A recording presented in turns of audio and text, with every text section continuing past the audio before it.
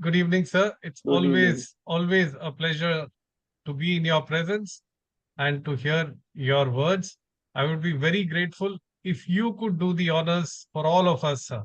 If No, there is no, anyone who deserves this honor today, I just happened to see you in a fleeting glimpse when we started, and I said there is no way anyone can do it more than I. It's you, sir. no, you are very kind to say that, but I won't take your chair. You better do your job. I will clap from the side.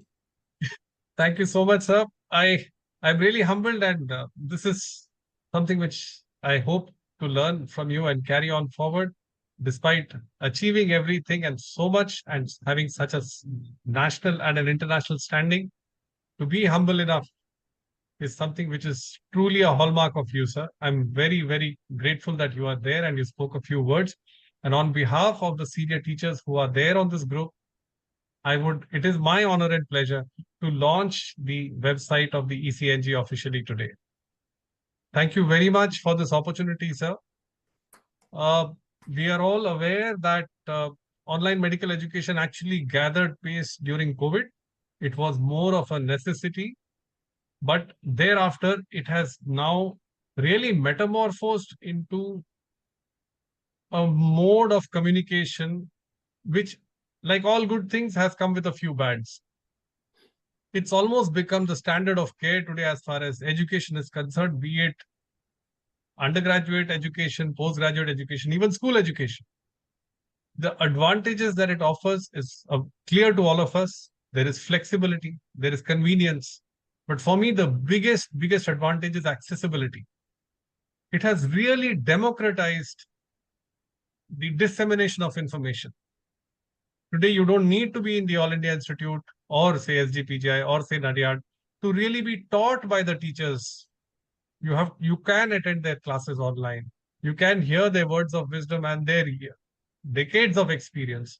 And if you are a good learner, learn much faster. You'd be standing on the shoulders of giants. Earlier, we were limited by our geographic limits, but now online education has really set us free. Thirdly, it offers us a very wide choice. We can choose how, when, where, why. We see what we see and listen to the people that we wish to listen to.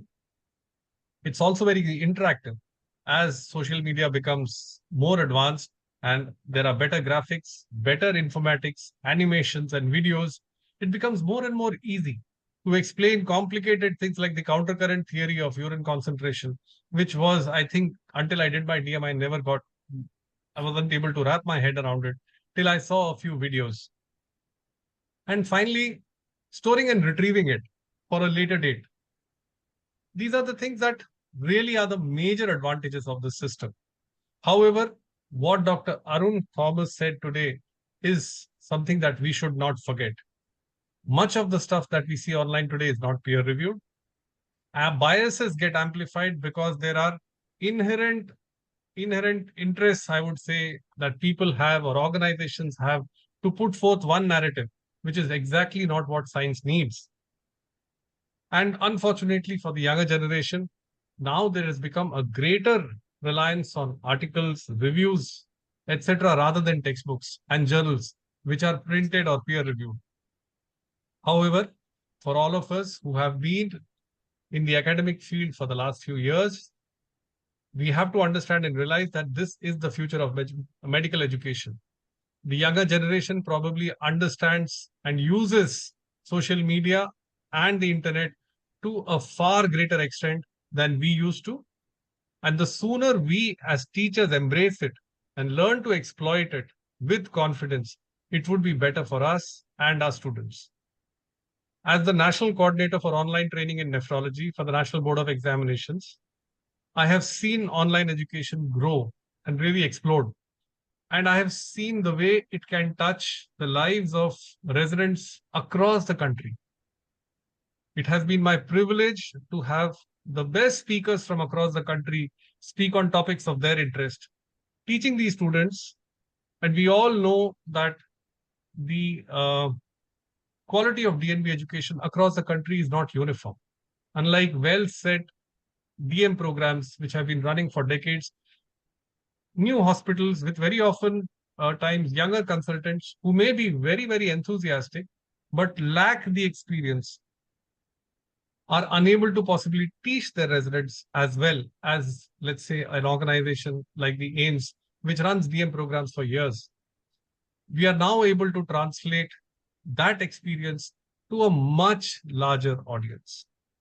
There are videos that are available to download and view again for revision. There are What has now happened is how I came onto the ECNG is that we are now spreading our wings across various groups. The Delhi Nephrology Society, since I'm in Delhi and I'm an active partner there, also runs classes, bedside clinics, various seminars over time to time. Similarly, the ECNG. So, whenever there is a request from anyone to share their classes with my group of students, with the group of residents that I'm in charge of, it's always a pleasure because we cannot have enough of good quality teaching. And it's always, always a great privilege to see interested and motivated teachers who wish to pass on their entire lifetime's experience to the newer generation. And like I've always said, if nobody is interested in who gets credit, the plan will always succeed. And as I can see with the ECNG, with Dr. Georgie Nainen, with Dr. Sonu Manuel and Niklesh in charge, ECNG is definitely slated for greater glory in the days to come. Once again, sir, I thank you for giving the residents of DNB from across the country a chance to join the ECNG classes. And I'm sure they will also benefit from this website that has just been launched. Thank you very much for giving me this opportunity and this honor. I shall always be grateful, sir. Thank you.